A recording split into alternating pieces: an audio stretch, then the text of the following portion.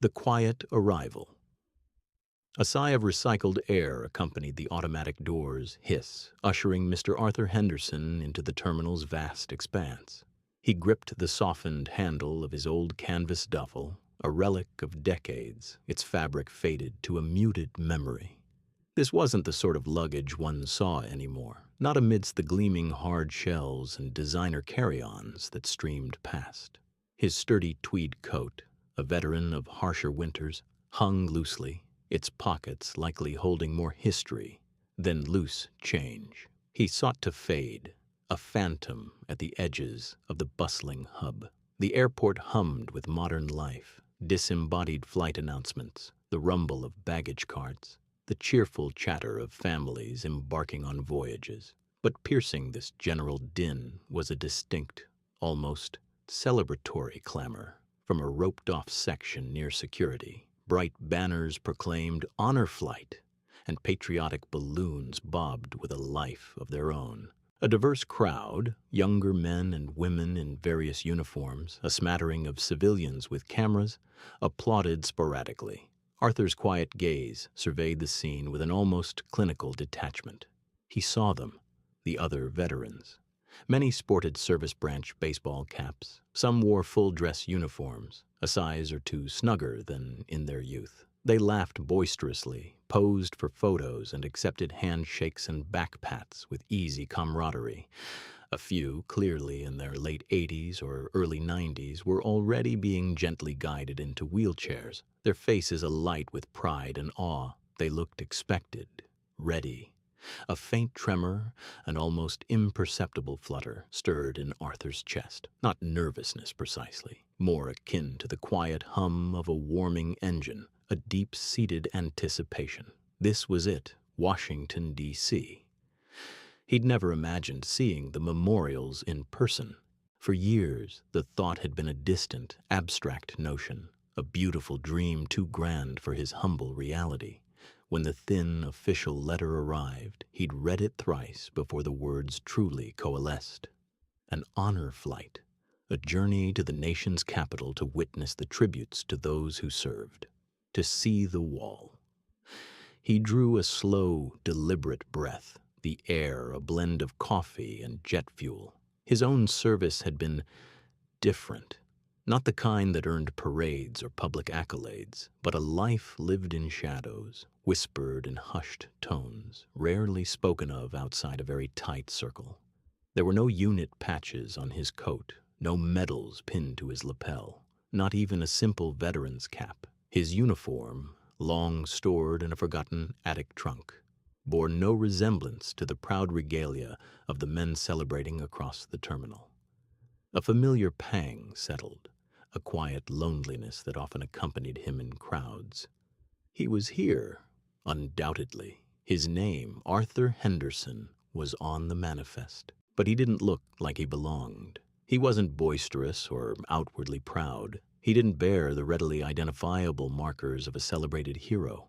He was just Arthur. An old man in a worn coat with an ancient duffel, standing a little too far from the cheering throngs. A young woman in a bright blue honor flight volunteer vest, clipboard clutched firmly, scanned the periphery. Her practiced smile, initially enthusiastic, dimmed slightly as her eyes swept over Arthur. She was looking for someone, no doubt, someone more overtly deserving of her attention. He could almost hear her internal monologue. Is he lost? Is he looking for the restrooms? He knew he needed to approach, to identify himself, but a strange inertia held him, a reluctance to interrupt the joyful scene, a subtle fear of being an unwanted note in their harmonious chorus. He watched a particularly jovial veteran, adorned with a dozen pins and patches, recount an anecdote to a group of rapt volunteers, his voice booming with good-natured pride. Arthur wondered briefly what stories those men would tell. Tales of Normandy, Iwo Jima, the Chosin Reservoir, stories of courage and sacrifice etched into the public consciousness. His own story was a blank page to the world, a secret kept for reasons that still held weight. Even after all these years, the thought of the flight, The journey to the memorials swelled within him again, pushing back the familiar shadows. It wasn't about the recognition, not really. It was about bearing witness. It was about remembering. It was about a quiet pilgrimage, a silent acknowledgement of duties performed, of friends lost, of a past that shaped him in ways few understood. He adjusted his grip on the duffel, its weight a familiar comfort. It held little of material value, just a change of clothes, a well-worn shaving kit, and at the very bottom, carefully wrapped in tissue paper, a small tarnished silver locket, a silent promise, finally to be fulfilled. He pushed off the cold plastic bench he'd been leaning against, his knees giving a faint protest. It was time to step out of the shadows, however briefly. Time to claim his place, even if it meant being a quiet, unassuming presence among the more celebrated. He took a single, slow step towards the vibrant cluster of banners and balloons, a ghost preparing to join the living. A faltering welcome. The scent of stale coffee and disinfectant hung heavy in the air, barely masking the nervous energy that thrummed through the bustling terminal. Arthur Henderson, still clutching the worn strap of his duffel bag, finally reached the small gathering where a young woman with a bright red sash emblazoned with "Honor Flight Volunteer" stood, a clipboard held like a shield against the joyous chaos. Her smile, wide and enthusiastic, was aimed at him as he approached. "Welcome, welcome," Sarah Jenkins chirped, her voice a little too loud in Arthur's ears. Her eyes, a startling shade of blue, sparkled with an almost effervescent eagerness. "Are you here for the honor flight to D.C.? What a wonderful day this will be." She gestured vaguely towards a banner proclaiming, "Honoring our heroes." Arthur offered a slight nod, a faint smile touching his lips. "Yes, ma'am. Henderson. Arthur Henderson." He gestured to the small pin on his lapel, a subtle, almost faded American flag. Sarah's gaze flitted from his face to the pin, then quickly dropped to the sheet of paper clipped to her board. Her initial effervescence didn't wane immediately, but a flicker of something, a tiny crease between her brows, appeared.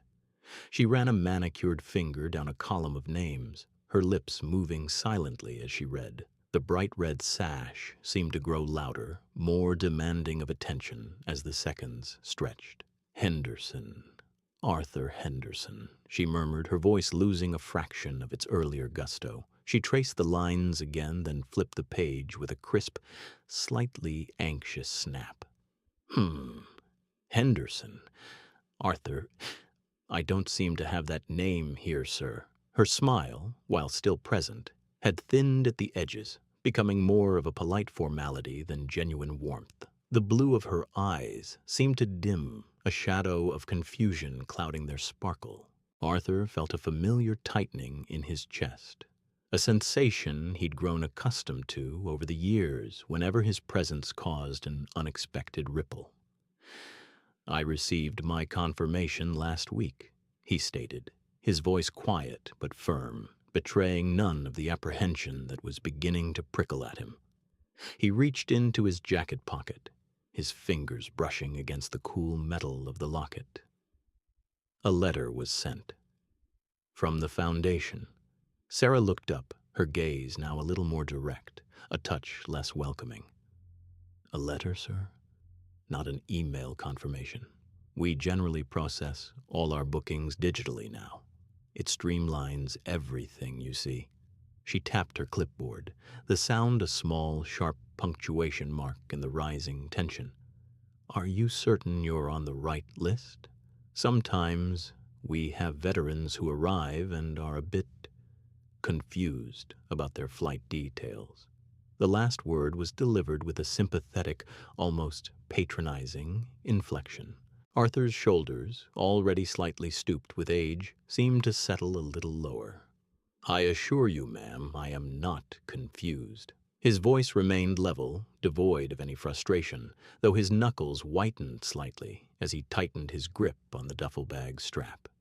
The weight of the bag, usually a comforting presence, now felt heavy, pulling him downwards.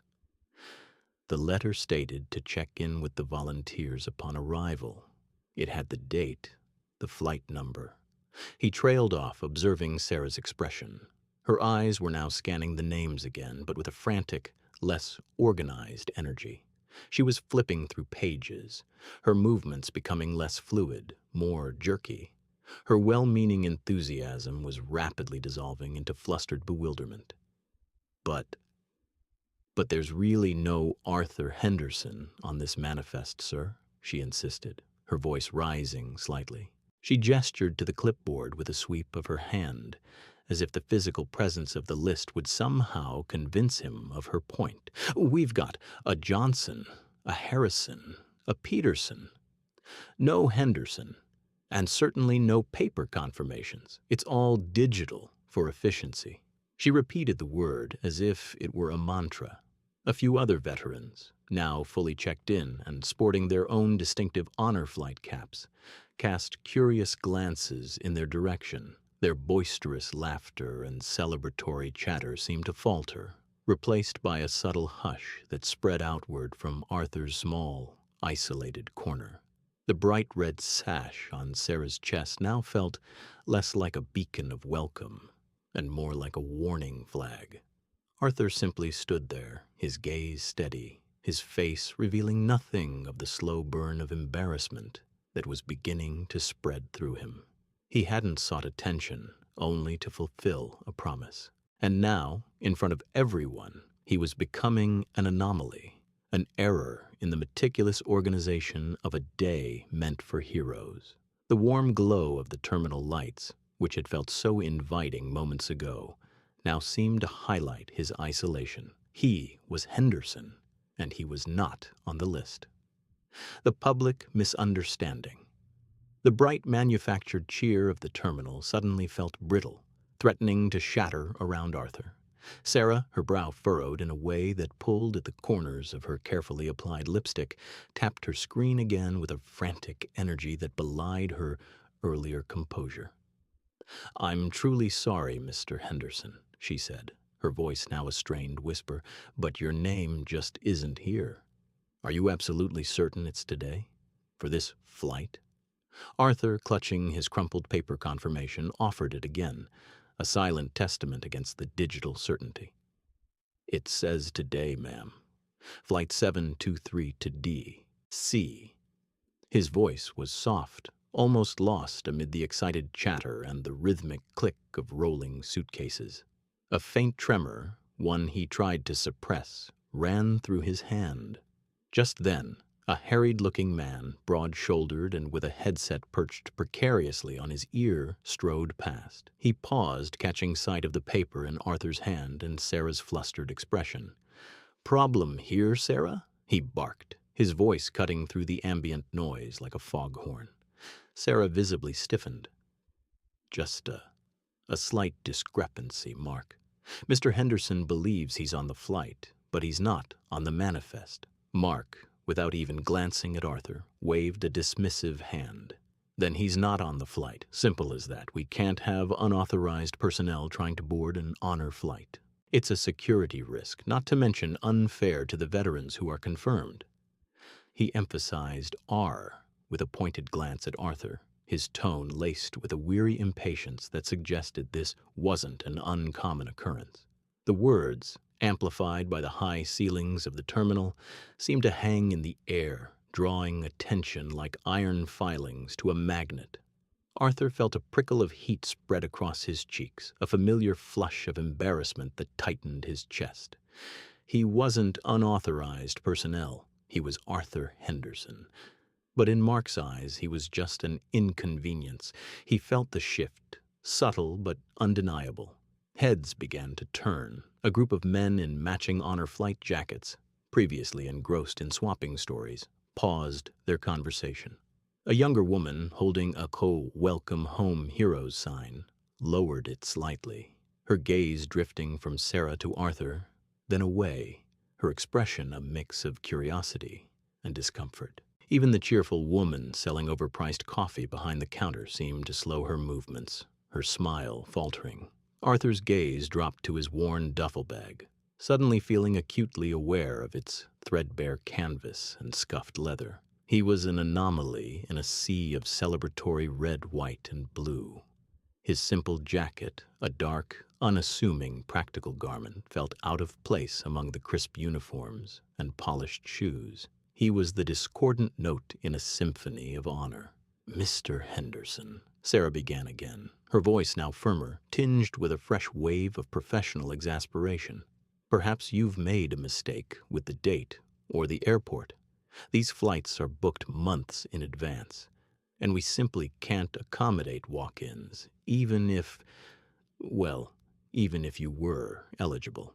The unspoken, "which you clearly aren't," hung heavy in the space between them. Mark stepped forward, his posture radiating authority. "Look, sir, I appreciate your enthusiasm, but we have a tight schedule. We need to get these heroes boarded." He gestured vaguely at the growing crowd of confirmed veterans, a grand sweep that excluded Arthur entirely. "There's a bench over by the information desk. If you'd like to double-check your paperwork there, out of the way, that would be helpful." The implication was clear. Arthur was hindering the process, a misplaced cog in the well-oiled machine of the honor flight. He was to remove himself, to become invisible. The offer of checking his paperwork felt less like a genuine attempt to resolve the issue and more like a polite dismissal. The heat on Arthur's face intensified, burning a path to his ears. He could feel the weight of silent stares, the low murmur of conversations resuming, but with a new, speculative edge. He wanted to explain, to assert his claim, but the words felt lodged in his throat, suffocated by the sudden, overwhelming humiliation. His quiet dignity, usually his shield, now felt like a fragile veil, easily torn. He nodded once, a stiff, almost imperceptible movement, and tightened his grip on the duffel bag strap. The paper confirmation, still clutched in his other hand, felt like a burning coal. Without another word, he turned, his movements slow and deliberate, and began to walk towards the designated bench. It sat alone against a stark white wall, a solitary island amidst the bustling terminal. Each step felt heavy, burdened by the unspoken judgment and the sting of public misunderstanding. He could feel Sarah and Mark's eyes on his back, not out of concern, but out of relief that the problem was finally removing himself from their sight. The sounds of the terminal, once a vibrant tapestry of excitement, now seemed distant, muffled. All he could hear was the blood pounding in his ears and the quiet echo of Mark's dismissive voice. He reached the bench, its cold surface a stark contrast to the warmth of the shame blooming within him. He sat, carefully placing his duffel bag beside him, and stared unseeing at the pristine floor. The locket, hidden beneath his shirt, felt heavier than ever, a promise unfulfilled, or a secret unheard, a glimpse of the past. The cool plastic of the waiting area bench offered little comfort against the prickle of humiliation still fresh on Arthur Henderson's skin. He watched the last of the recognized veterans, a vibrant parade of bomber jackets and proud caps, disappear through the gate, their laughter and camaraderie fading into the general hum of the terminal. A knot tightened in his chest. He was a discordant note in a celebratory symphony, an uninvited guest at a feast. He traced the worn stitching on his ancient duffel bag with a calloused thumb, the fabric soft from decades of travel and the occasional necessary concealment. Inside, nestled amongst a few meager belongings, was the tarnished silver locket, a silent promise kept across the decades. He hadn't looked at it in years, but its weight in the bag was a constant, almost physical presence. His gaze drifted to a family waving goodbye to a stoic, silver-haired man. The man, probably in his late 80s, wore a purple heart on his lapel, catching the fluorescent light. Arthur felt a pang of something akin to envy, though it wasn't for the medal itself. It was for the visible recognition, the open gratitude. His own sacrifices had been made in the shadows, the details buried under layers of classified reports, and the unspoken understanding of a few, now mostly gone. The air conditioning hummed, a low, steady drone that seemed to pull him inward, away from the bustling terminal, and into the quiet corridors of his own memory. The chill in the air intensified, not from the climate control, but from a sudden, vivid recall. He was back in the biting wind of a desolate Korean night, the kind of cold that gnawed at bone and soul. Snow, fine as dust, swirled around him, stinging his exposed skin. The moon, a sliver of ice in a bruised sky, offered meager illumination, casting long, distorted shadows of the barren trees. The air tasted of pine needles and impending disaster. He remembered the frantic whispers of their team leader, the hushed urgency of their mission briefing. In and out, no trace. Lives depend on it, gentlemen, our lives. The words had been a hammer blow, each syllable echoing the enormity of their task. They were a ghost unit, tasked with retrieving vital intelligence from behind enemy lines, a mission so secret that failure meant not only death but erasure from history. The cold seeped into his boots, through his thick wool socks, numbing his toes. His breath plumed in front of him, instantly snatched away by the wind. Beside him, hunched against the gale, was Sergeant Miller, a strapping young man with a perpetually hopeful glint in his eyes, even in the bleakest circumstances. Miller had always carried a small, worn photograph of his wife, tucked carefully into the breast pocket of his uniform, a constant reminder of what they were fighting for. "Think they'll have hot coffee waiting for us when this is all over, Arthur," Miller had joked, his voice a strained whisper against the wind's howl. Arthur had simply grunted, his own focus entirely on the treacherous path ahead, the looming enemy patrol, the precise timing of their infiltration. He was the quiet one, the observer, the one who saw the patterns others missed. Later that night, amidst the chaos of a sudden firefight, Miller had fallen, a sharp cry torn from his throat. Arthur had dragged him, the younger man's weight substantial, through the snow, the taste of iron thick in his own mouth from a glancing blow. Miller's grip, even as his strength ebbed, had been surprisingly firm. "My locket, Arthur," Miller had gasped, his eyes wide and unfocused. Promise me you'll get it to her. Tell her I loved her." Arthur had just nodded, his throat too tight for words, his mind racing for a way out of their impossible situation. He'd taken the locket, a small silver heart, from Miller's hand, the metal cold against his palm, before making a desperate, calculated move that saved what was left of their team, but not Miller. He never had the chance to deliver it. The mission's success was paramount. The details of Miller's death, like so many others, classified. He blinked, the harsh fluorescent lights of the terminal pulling him back to the present, the hum of the air conditioning, the distant murmur of conversations. The veterans, now a memory, were gone. He looked at his own hands, gnarled with age, the scars on his knuckles faint but still visible. He hadn't delivered the locket. The promise remained unspoken, a quiet weight he'd carried for decades. He was going to Washington, D.C., not just for the memorials, but perhaps in some small way, to finally lay that burden down. He adjusted his grip on the duffel bag, a strange mix of anticipation and dread stirring within him. Lily's curiosity. Lily, usually lost in the mesmerizing spirals of the airport carpet, found her lively gaze arrested by an unusual stillness. Her grandfather, whose hearty laugh typically heralded his presence, was engrossed in quiet conversation with a fellow veteran, their voices a low murmur beneath the terminal's cheerful din. Lily, however, had fixated on a man a few rows away. He didn't quite fit the mold of the other veterans.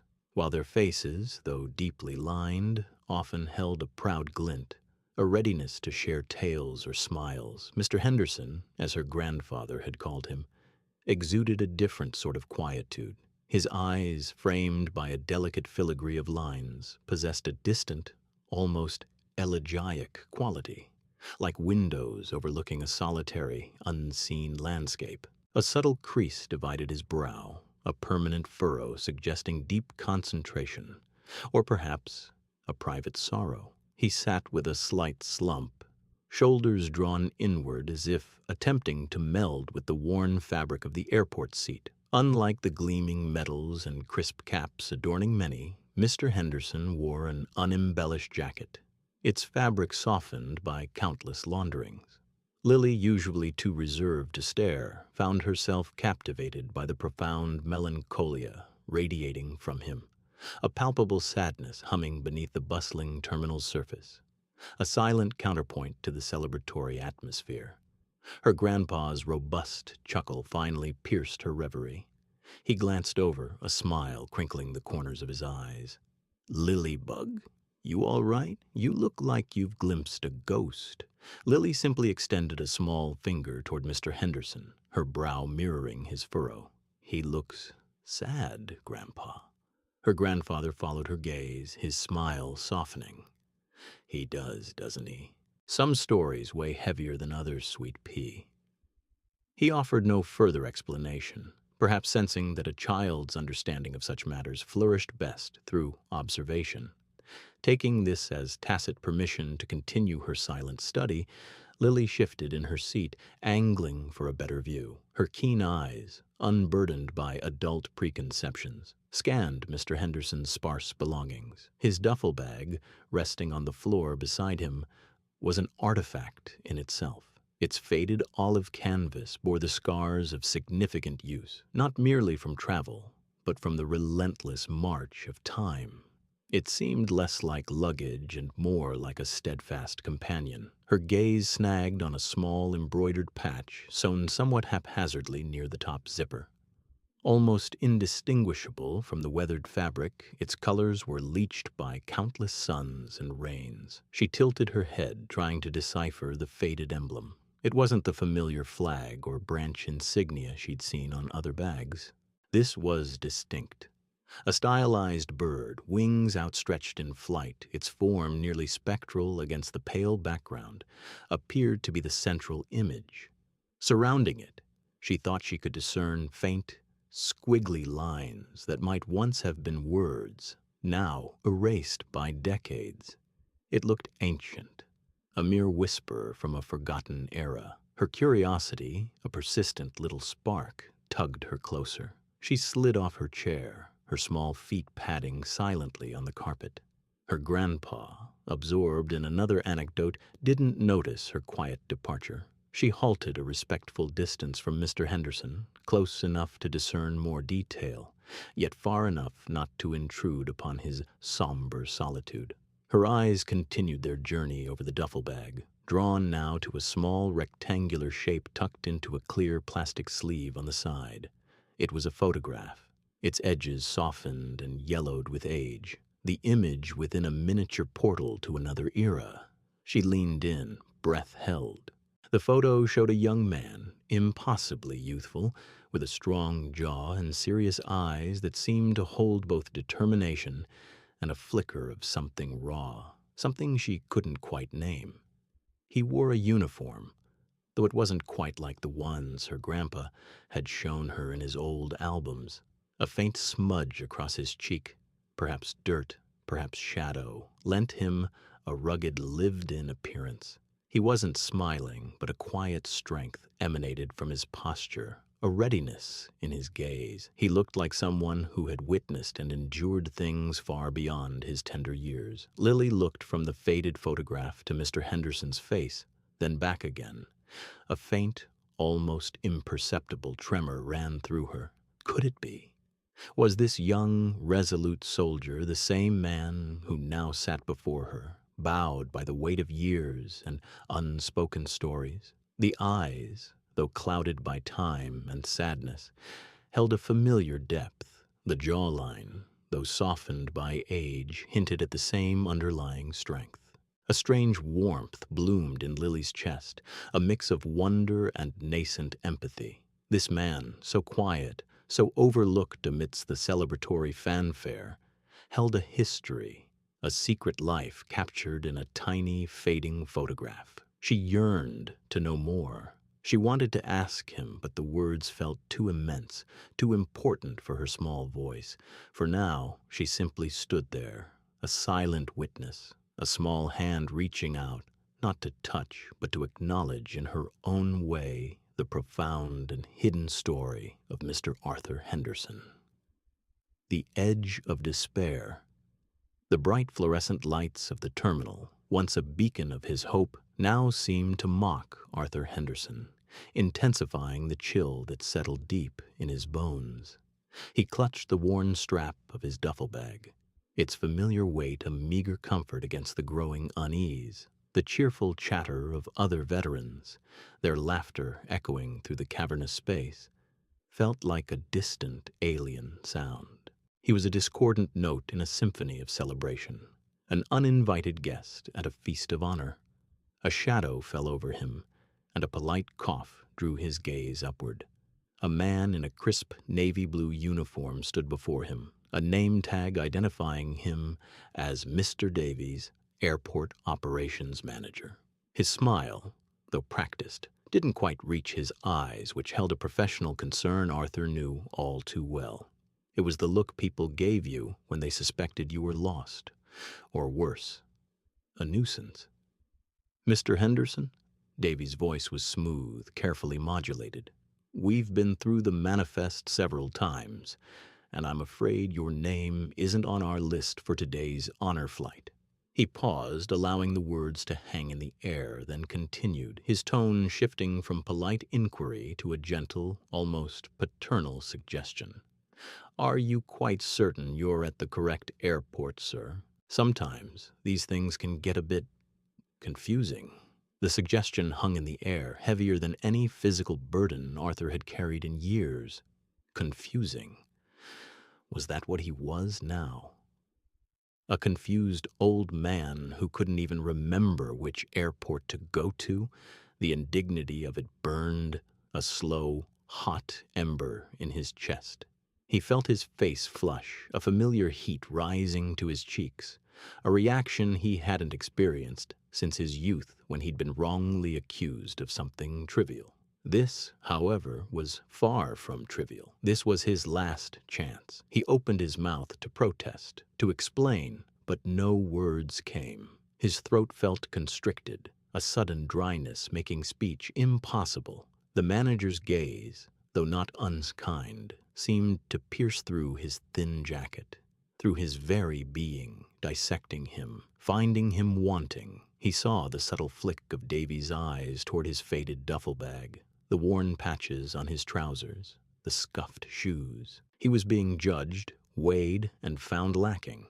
Perhaps you've mistaken the date, Davies offered, his voice still unnervingly calm, as if discussing a forgotten grocery list. Or perhaps it's for a flight departing from a different city altogether. We do have several honor flights originating from various locations across the state this week. Each word was a small, precise jab, deflating the last vestiges of his hope. He had checked the dates, confirmed the location, meticulously planned this journey for months. The locket, cool against his chest, felt like a lead weight, mocking his misplaced confidence. He remembered the eager anticipation, the tremor in his hands as he'd packed, each item infused with a silent prayer for closure. Now that anticipation had curdled into a bitter despair. A tear, unbidden and unwelcome, pricked the corner of his eye. He blinked rapidly, willing it away, refusing to show weakness.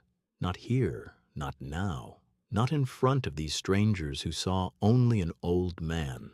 Not the soldier he once was, not the man carrying a promise across decades. He considered simply turning and walking away. The thought was a powerful siren song, promising an end to the humiliation, a return to the quiet anonymity of his life, where his forgotten sacrifices could remain just that, forgotten. The urge to disappear was almost overwhelming, to simply fade into the bustling crowd, to let the airport swallow him whole, leaving no trace. He imagined himself walking out, hailing a taxi, and returning to his empty apartment. The weight of the unfulfilled promise heavier than ever, but at least no one would be watching. No one would be pitying him. The silence of his apartment, once a burden, now seemed like a comforting embrace compared to the polite dismissal in Mr. Davies' voice. The roar of a jet engine overhead, usually a sound of departure and adventure, now sounded like the mournful cry of a lost soul, echoing the emptiness that threatened to consume him. He felt the tremors in his hands again, not from excitement this time, but from a profound weariness that settled into his bones. He was tired, so terribly tired. Maybe it was a mistake. Maybe he shouldn't have come. Maybe some promises were meant to remain unfulfilled, lost to the relentless march of time and the indifference of a world that had moved on. The edge of despair was a precipice, and he felt himself teetering, the chasm of forgotten dreams yawning wide beneath him. The booming voice. The fluorescent lights of the terminal seemed to press down on Arthur, emphasizing his sudden smallness, his invisibility. The murmur of conversations, once a distant hum, now felt like a taunting chorus, each word a reminder of his unwelcome presence. He pushed himself off the cold plastic chair, the effort a weary complaint from his protesting joints. His duffel bag, a familiar weight that had seen better days and more significant journeys, felt heavier than usual, laden with the dashed hopes of a broken promise. He didn't look at Mr. Davies, whose polite but firm rejection still echoed in his ears. He just wanted to disappear, to fold himself into the shadows and vanish from the public eye. The thought of the locket nestled deep in his pocket felt like a burning coal against his thigh, a constant painful reminder of the vow he had failed to uphold. He took a slow, deliberate step, then another, his gaze fixed on the polished floor as if searching for an escape route in the reflection. The buzz of the crowd, the excited chatter of the other veterans and their families, the distant announcements over the intercom, all receded into an indistinct drone. His world had shrunk to the space between his worn-out shoes and the exit doors, a path he was determined to walk, even if it meant abandoning everything he had hoped for. The air around him felt heavy, thick with unspoken judgments and his own crushing disappointment. Each footfall was a testament to his resignation, a quiet surrender. He had almost reached the edge of the boarding area, his shoulders slightly hunched, when a voice, clear and resonant, sliced through the din of the terminal. It wasn't merely loud, it was an authoritative boom that seemed to vibrate through the very structure of the building, cutting through the general airport white noise like a perfectly tuned instrument. "Is that Sergeant Henderson?" Arthur froze, his hand still gripping the strap of his duffel bag. The voice was deep, commanding, yet held a peculiar timbre that snagged at a distant memory, a forgotten chord in his mind. He didn't turn immediately, convinced the question wasn't for him. After all, who would call him sergeant here, now, in this moment of utter defeat? He was just Arthur Henderson, the man whose name wasn't on the list. A ripple went through the waiting crowd. Conversations died, heads swiveled, and a sudden expectant hush fell over the gate area. Arthur felt a prickling sensation on the back of his neck, the collective gaze of dozens of strangers now focused on him. He slowly, reluctantly, turned his head. Striding purposefully out from the jet bridge, a figure emerged, cutting an impressive silhouette against the bright light of the gate. He was tall, broad-shouldered, impeccably dressed in a pristine pilot's uniform, gold braids gleaming on his sleeves. His cap, adorned with the airline's emblem, sat squarely on his head. But it was his eyes that held Arthur's attention, sharp, intelligent, and fixed with an unwavering intensity, directly on Arthur. He moved with an air of absolute confidence, each step deliberate and powerful, and this was Captain David Miller, and as he walked, his gaze never wavered from Arthur's face. The captain's presence filled the space, eclipsing everything else. He wasn't merely looking, he was seeing. The subtle shift in the air, the collective intake of breath from the onlookers, all pointed to the sudden, dramatic turn the morning had taken. Mr. Davies, who had been observing Arthur's slow retreat with a mixture of relief and professional detachment, suddenly stiffened, his eyes wide with surprise as he recognized the captain. Captain Miller stopped just a few feet from Arthur, his expression unreadable. The silence stretched, pregnant with anticipation, as everyone waited to see what would happen next. Arthur, still processing the sudden change, felt a tremor run through him, a strange blend of fear and a flicker of bewildered hope. The captain's eyes, a piercing shade of blue, seemed to bore into his very soul, searching for something Arthur himself wasn't sure he still possessed. The moment hung, suspended, a fragile bridge between humiliation and an unknown possibility. A hero revealed Captain Miller with the swift, decisive movements of a man accustomed to command, closed the distance between them in a few long strides. The crowd, which moments before had been a murmuring sea of faces, now hushed completely, their collective gaze swiveling from Arthur to the approaching captain. Miller's boots, polished to a mirror sheen, clicked on the polished linoleum, each step resonating with an authority that seemed to part the air itself. He stopped directly in front of Arthur, his imposing figure casting a long shadow over the older man. Without a word, his right hand snapped up in a salute so sharp, so precise, it drew a collective gasp from the onlookers. Arthur, his heart a frantic drum against his ribs, instinctively tried to return the gesture, his hand fumbling uncertainly toward his forehead. But Miller was already speaking, his voice, a deep baritone, cutting through the stunned silence with the clarity of a bugle call. "Sergeant Henderson," Captain Miller's words boomed, resonating through the high-ceilinged terminal, carrying conviction that silenced even the distant rumble of baggage carts. "It is an honor to finally meet you." He held the salute for a long, poignant moment, his eyes the color of a stormy sea, locked with Arthur's bewildered gaze. "A true honor, sir." Sarah Jenkins, the honor flight volunteer, her face a mask of utter bewilderment, scurried forward, clutching her tablet like a shield. "Captain, I'm so sorry, but there must be some mistake," she stammered, her usual effervescence replaced by flustered confusion. "Mr. Henderson isn't on our manifest. I've checked every list, every last name." Captain Miller slowly lowered his hand, his eyes never leaving Arthur's face. He turned slightly, encompassing the entire terminal in his sweeping gaze, his expression softening just enough to convey a profound, almost reverent respect. "There is no mistake, Ms. Jenkins," he stated, his voice now lower but no less commanding, drawing everyone in closer. "Sergeant Arthur Henderson is not just on your manifest. He is a legend, a hero." A ripple of murmurs spread through the crowd. The other veterans, initially curious, now leaned forward, their expressions shifting from polite interest to focused attention. The younger passengers, many of whom had been openly dismissive of Arthur just moments before, now exchanged confused glances.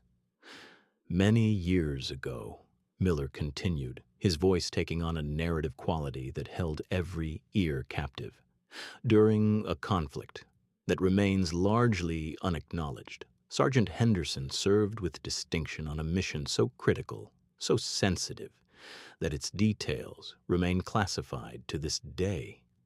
He paused, allowing the weight of his words to settle. "A mission where he faced unimaginable danger, displaying courage beyond measure." Arthur felt a tremor run through him, a strange mix of dread and a long-forgotten pride. The locket, heavy in his pocket, felt suddenly lighter, yet burned with a new intensity. He wanted to melt into the floor, to disappear, but Captain Miller's steady gaze held him transfixed.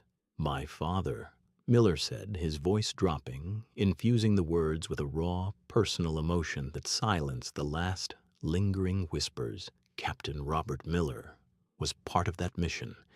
He was trapped, wounded, deep behind enemy lines, surrounded, without hope. The air in the terminal seemed to thicken, every breath held, every sound suspended. The narrative unfolded, painting vivid strokes of a forgotten war, a forgotten hero. Sergeant Henderson, Captain Miller's voice swelled with conviction, defied orders, ignored impossible odds, and risked everything to go back for him. He faced down a company of enemy soldiers, single-handedly, to extract my father. He carried him, bleeding and unconscious, for miles through treacherous terrain, evading capture, ensuring his survival. A collective gasp swept through the terminal, followed by a sudden, spontaneous applause that began as a scattering of claps and quickly built into a thunderous ovation. Tears welled in the eyes of several onlookers, including some of the grizzled veterans who now looked at Arthur with newfound awe. "My father lived," Miller continued, his voice thick with emotion, "because of Sergeant Henderson, because of his selfless bravery, his unwavering loyalty, his profound sense of duty. My father never forgot it, and neither have I." He turned back to Arthur, his eyes shining with a deep personal gratitude. "Sergeant Henderson, you saved my father's life. You are the reason I am standing here today." The applause intensified, a roaring wave that washed over Arthur, drowning out the lingering echoes of rejection and humiliation. He stood there, small and stooped, amidst the sudden adulation. The years of silent burden momentarily lifted. The locket felt cool now, a silent testament to a promise kept, a sacrifice finally acknowledged. The world, which had seemed so determined to overlook him, was now bowing at his feet. Echoes of bravery. The jet engine's roar, a familiar drone, receded into the background. Arthur Henderson, now Sergeant Henderson in the eyes of the adoring crowd, felt an unfamiliar shift, a loosening of the knot that had tightened in his gut for decades. Captain Miller's words had opened a door, and through it the past surged, not as a faded photograph, but as a vibrant, living memory. The air, thick with damp earth and pine, still pierced Arthur's senses after all these years. He was low to the ground, his breath pluming in the pre-dawn chill. The intelligence brief had been terse, the mission parameters stark: infiltrate, locate, extract. No backup, minimal contact. The enemy held the ridge, their camp a faint glimmer against the inky black. His comms crackled, a voice tight with static whispering. "Sergeant Henderson, status update." "Approaching target coordinates," Arthur rasped back, his throat raw. His M1 Garand felt heavy, a cold extension of his will. Intel suggested a captured pilot, a Captain Miller, son of General Miller, was held somewhere within the perimeter. High stakes. An unacknowledged conflict, where errors were erased and heroes, if they survived, remained spectral figures. He moved like a phantom, each step deliberate, the forest floor a treacherous labyrinth of roots and hidden snags. A sudden guttural shout froze him. He dropped to his belly, pressing his face into the cold dirt. A patrol. 3 stark silhouettes against the faint light filtering through the canopy, their chatter fading into the distance. His heart hammered a frantic rhythm against his ribs. An hour later, he found the makeshift camp nestled in a small clearing. A crude tent, a smoldering fire, 2 guards, and a third man slumped against a tree, head bowed. Miller. Arthur's stomach clenched. The pilot was alive, but barely. His uniform was torn, bloodstains marring the fabric. Arthur surveyed the scene. 2 guards, one by the fire, one pacing. Engaging both simultaneously was too risky. He needed a diversion. His eyes scanned the surroundings. landing on a loose rock formation at the clearing's edge. A desperate, immediate plan took shape. He crept closer, circling wide until he was directly behind the rockfall. With a grunt, he dislodged a large boulder. It tumbled down the slope, gathering momentum, striking other rocks with a resounding crash that echoed through the quiet forest. The guards snapped to attention, weapons raised, eyes darting toward the noise. "What was that?" one hissed, fear lacing his voice. The other, bolder, pointed. "Something moved. Check it out." As the first guard cautiously approached the rockfall, Arthur materialized from the shadows like a wraith. His movements were fluid, precise. He disarmed the pacing guard in a blur, a silent takedown, the man collapsing without a sound. The second guard, startled by the sudden silence, spun around just as Arthur's rifle butt connected with his temple. He crumpled to the ground. Silence descended again, broken only by the crickets' chirping and Arthur's ragged breathing. He moved to Captain Miller, kneeling beside him. The pilot looked up, eyes wide with terror and disbelief. You're American?" Miller croaked, his voice raspy. "Sergeant Henderson," Arthur affirmed, his voice low and urgent. "We need to go. Can you move?" Miller tried to push himself up, a grimace of pain twisting his face. His leg was badly injured, a jagged gash, weeping blood. Arthur quickly assessed the wound, tearing a strip from his fatigues to fashion a makeshift bandage. "Not well," Miller admitted, his face pale. "My leg." Arthur didn't hesitate. He slung Miller's arm over his shoulder, lifting the taller man with surprising strength. Miller was a dead weight, but Arthur's resolve was unwavering. Each step was a struggle, Miller's groans of pain a constant reminder of the urgency. They moved slowly, painfully deeper into the forest, away from the enemy camp, toward the designated extraction point. Distant shouts and barking dogs spurred Arthur onward. He pushed past the point of exhaustion, muscles screaming, lungs burning. He knew, with a certainty that chilled him to the bone, that failure was not an option. He would not leave Captain Miller behind, not after coming this far, not after everything. The vivid memory receded as the present returned. The airport terminal, the hushed crowd, Captain Miller's grateful gaze. The weight in Arthur's chest, a constant companion for so long, seemed to dissipate, replaced by a strange, unfamiliar lightness. The echoes of bravery, once confined to the hidden corners of his mind, were finally, truly heard. Honored at last. A collective gasp rippled through the terminal, followed by a torrent of hushed apologies and murmurs of disbelief. Sarah Jenkins, her face a mask of mortification, stammered, "Captain Miller, I don't understand. Mr. Henderson isn't on the official manifest for this flight." Her voice trailed off, lost in the sudden palpable shift in atmosphere. Captain Miller, his gaze unwavering from Arthur, cut her off with a curt shake of his head. "Sergeant Henderson is exactly where he's supposed to be, Miss Jenkins. His name might not be on your list, but his service is etched into history." He then turned his full attention back to Arthur, a subtle tremor in his voice. "Sergeant, it would be my distinct honor if you would allow me to escort you onto this flight." Arthur stood taller than he had in decades. The years of quiet dignity, of bearing the unacknowledged weight of his past, seemed to melt away. His eyes, usually clouded with a gentle melancholy, now shone with a clarity that startled even him. A tear, hot and unexpected, traced a path down his weathered cheek. He simply nodded, unable to speak past the sudden lump in his throat.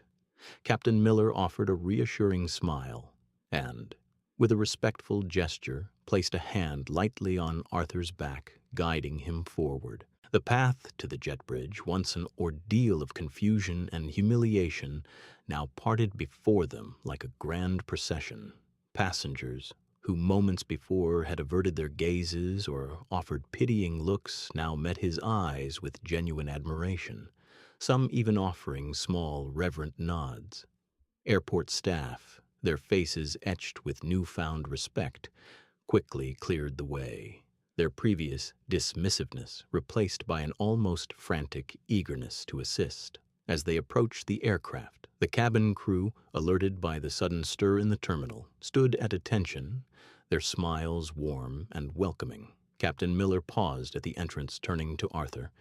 "Sergeant, welcome aboard. This flight, and indeed this journey, is long overdue." Stepping onto the plane, Arthur was enveloped by an unexpected warmth. The usual sterile hum of the cabin felt different, almost celebratory. He was not merely a passenger, he was a guest of honor. Captain Miller led him directly to a window seat, the best in the house, offering an unobstructed view of the tarmac and the vast sky beyond. Once Arthur was settled, Miller leaned in, his voice dropping to a confidential whisper. "My father. He never forgot you, Sergeant. Not a day went by." Arthur's heart swelled. The locket, a constant comforting weight in his pocket, seemed to throb with a life of its own. He touched it through his trousers, a silent acknowledgement of the promise he'd kept.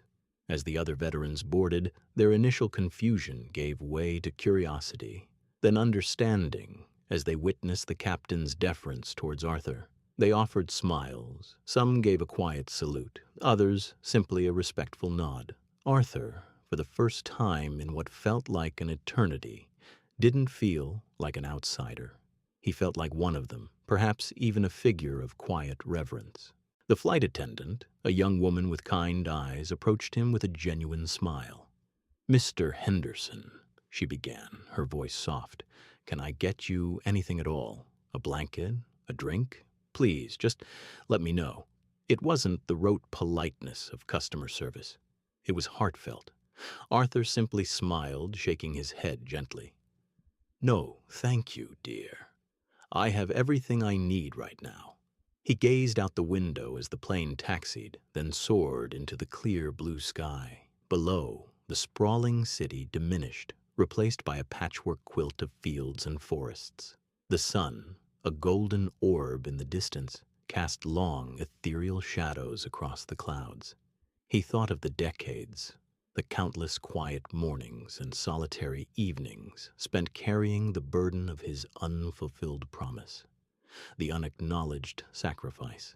He remembered the cold Korean nights, the silent snow, the raw fear, and the steely resolve. He remembered Captain Miller's father, a young man, broken and vulnerable, his future hanging by a thread. And now, here he was, soaring above it all, the weight finally lifted. The air in the cabin, once so heavy with the unspoken, now felt light, filled with a quiet gratitude. He wasn't just going to Washington, D.C. to visit memorials. He was going to finally lay his own ghosts to rest. He closed his eyes for a moment, letting the warmth of the sun on his face, the gentle hum of the engines, and the profound sense of peace wash over him. His heart, once a cavern of unspoken pain, was now full, overflowing with a quiet, hard-won honor. The promise, though decades overdue, was finally being kept.